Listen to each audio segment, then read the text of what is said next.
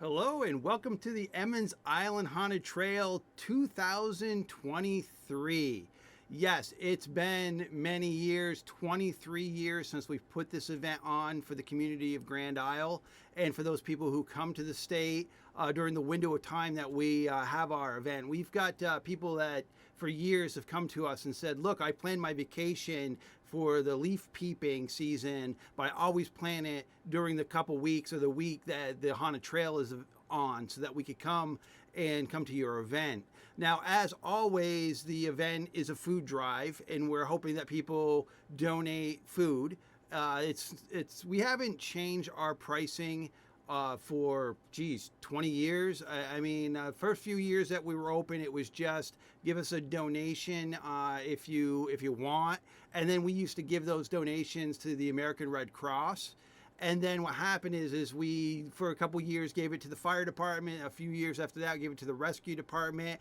And then what we ended up doing is finding a need that was not really supported all that much by the tax-paying community. You know, rescue and fire, they do get some revenue from the residents of Grand Isle through taxes, and the food shelf just seemed like they did get revenue through various grants and other funding, but they were always having trouble competing with all the other charities. That every charity needs money. I mean, there's no, but when you're weighing as a person who gives to charities, you know, where you're going to put your money, the food shelves just seem to be at the bottom of the concern list. It just seemed to be the fact like 20 years ago.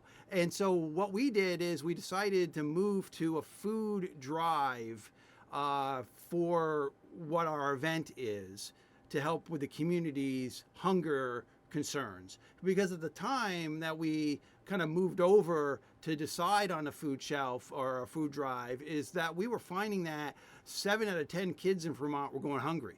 They weren't eating, especially in the summertime when they didn't have food security, because they normally would be in school. And school would give them some money, or not money, but food, or so they would get money through a subsidy so they could get them food, but it was for the school. You know, they got fed at school, and they only got fed at school, and that's really all the time they ever ate. So imagine your kid trying to learn and never had breakfast, never had the dinner before, and is just salivating to get his lunch, and that's the only time the kid eats, and that is just wrong. So, and especially in the summertime, it became a problem because they weren't going to school. They weren't getting this funding through the subsidies and whatnot to get them fed, and there was no avenue to get them fed. So what we decided was, well, we should make sure that our food shelf, our local food area that gives the food to the community, has enough to make this easy, seamless. Now, I know currently the local food pantry, that's who we give it to, has moved their location. I'll put some information on that in the comments below where they moved shop, but they used to be across from the fire station or the town hall. Down into the church basement is where they were located. Now they're located in a bigger area. I think it's the bigger church here on Route 2. I could be wrong. Next to the Emmons Market, there's that big church. Well, I'll look into that and find out exactly where they are. But for what the need was, is let's just try to get the food to them. And so that's why we created the event that we have created here in Vermont. Now, most people kind of ask, you know, why are you only open one day a year? Well, there are a multitude of reasons for that. It's just that we wanted it to feel more like a one and done, like special event, just like Halloween is. You know, it's not like you're going to reschedule Halloween the 31st of October. It is when it is. You know, it's when it is. You know, Christmas, it is when it is. Those dates don't change. So what we decided is to kind of hold on to that kind of feel, where if you want to come to the event, you want to give, then we're only going to do it one day a year. The other reason is the management of volunteers and people, and even my neighborhood, who does phenomenal help for me, allow me to park in various areas, or the people coming in the park. You know, my neighbor across the road, he's let me allow people to park on his front lawn going on 15 years now. So, big kudos to him. And that's his donation to the food drive, is allow all that parking to occur on his property, and then people can safely come into the event. Now, we here at the Haunted Trail have never asked for parking money.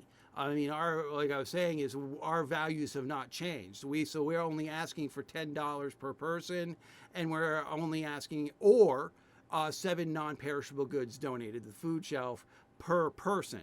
Now, there are community members that that might be a little steep. I mean, we know what the economy is. Not everyone is money or even food secure. So if you have a family that just feels that they can't meet that recommended threshold of 7 and 10, just contact us. We'll make it work for your family. We know it is a donation, and we're asking you to donate. But if you can't donate, or if you feel that you find yourself not being able to meet what we're asking for the door price, then feel free still to come. We're not going to tell you no.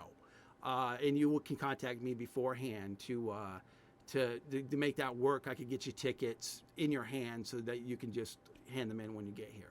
All right, well, I did want to plug the website here. It's been the same for 20 years. Not much has changed. ihtrail.org. We have a Facebook page. You can go to the Facebook page through the website, or you can just go to Google and Google Emmons Island Haunted Trail, and it'll give you all our media. We have a YouTube channel. And really, this was just the first video of the year I wanted to do to kind of get some hype for the Emmons Island Haunted Trail. All right, well, thank you for joining me.